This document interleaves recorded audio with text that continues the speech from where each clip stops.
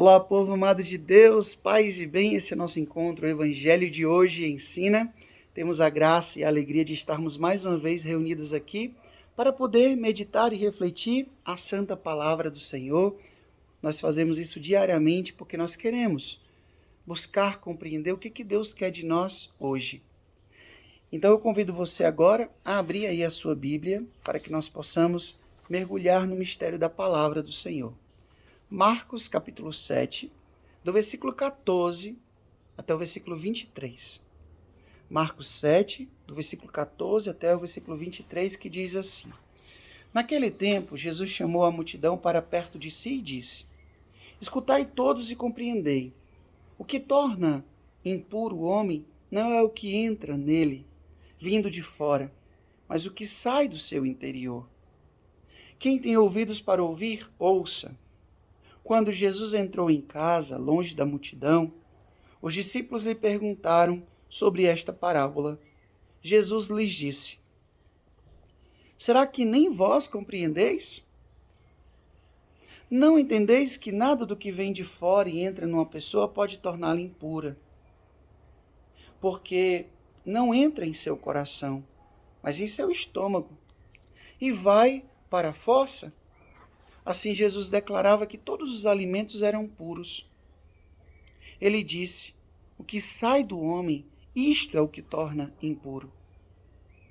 Pois é de dentro do coração humano que saem as más intenções, imoralidades, roubos, assassínios, adultérios, ambições desmedidas, fraudes, maldades, devassidão, inveja, calúnia, orgulho, falta de juízo. Todas essas coisas más saem de dentro e são elas que tornam impuro o homem. Palavra da salvação. Glória a vós, Senhor. Povo amado de Deus, sabe que existem alguns evangelhos, trechos do evangelho, que eu tenho certeza que nem precisariam de homilia, de explicação. Está muito claro aqui. Não entende quem não quiser. Jesus hoje não fez comparações difíceis. Ele falou muito escrachadamente, falou muito claramente. Não entende quem não quiser. Mas às vezes nós somos relutantes, às vezes a gente endurece o coração e corre o risco de querer entender o evangelho do nosso jeito. Então eu vou dizer algumas coisas sobre esse evangelho que eu fiquei aqui meditando e refletindo nesse lugar tão bonito. Minha mãe, na sua simplicidade, na sua sabedoria, desde criança eu escuto ela falar um provérbio, a sabedoria popular. Ela diz assim: quem disso usa, disso cuida. E eu não entendia.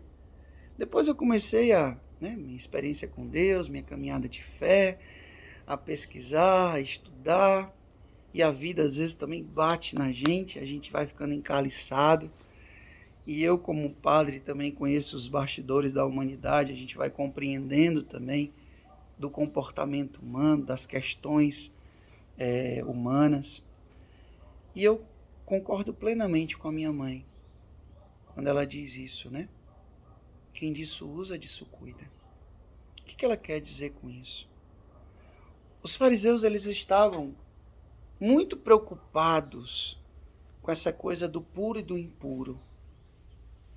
Eles estavam ali regulando tudo em Jesus, nos discípulos, na vida das pessoas. Mas por que eles se incomodavam tanto? Será que era só o zelo pela palavra mesmo? Ou eram questões mal resolvidas dentro do seu coração? Por que quando eles levaram aquela mulher pega em adultério aos pés de Jesus, e Jesus disse: quem não tiver pecado que atire a primeira pedra, e cada um foi soltando as suas pedras e saindo caladinho? Porque talvez, quando de forma oculta eles queriam se satisfazer, era aquela mulher que eles talvez tinham procurado. Né? Jesus então vai jogar luz nas consciências. E Jesus hoje joga luz também na nossa consciência. Por que você se importa tanto com o pecado dos seus irmãos? Por que você se inquieta tanto com o pecado alheio? Será que não é porque isso está também mal resolvido dentro de você?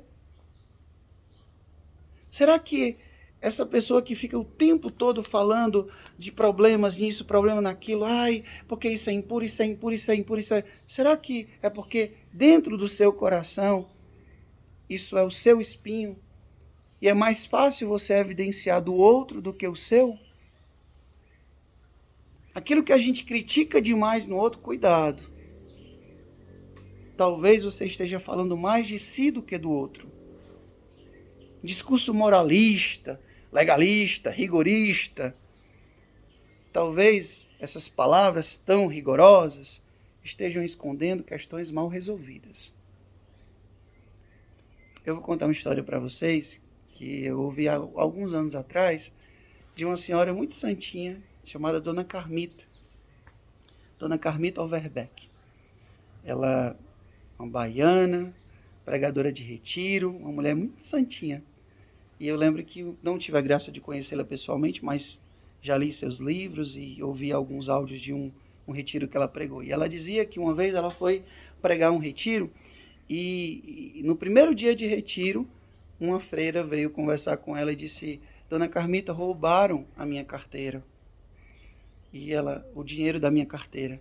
Alguém tinha entrado no quarto da freira, das pessoas que estavam ali fazendo o retiro, e roubaram o dinheiro da freira. E ela, como assim, meu Deus, como é que pode a pessoa vir para um retiro e roubar uma freira? Né? E ficou muito escandalizada com aquele pecado. E combinou com a freira: olha, eu vou lhe devolver o valor que lhe roubaram, mas a senhora não fala nada não, porque vai estragar o clima do retiro. E assim ficou combinado. Mas aí ela conta na palestra dela que o tempo todo ela ficava pensando: como é que pode uma pessoa vir roubar o dinheiro de uma freira no retiro? E todo mundo que estava no retiro ficou sob suspeita, né? E ela ficou sexta, sábado, domingo pensando no dinheiro da carteira da freira que tinham roubado. Inquieta com esse pecado.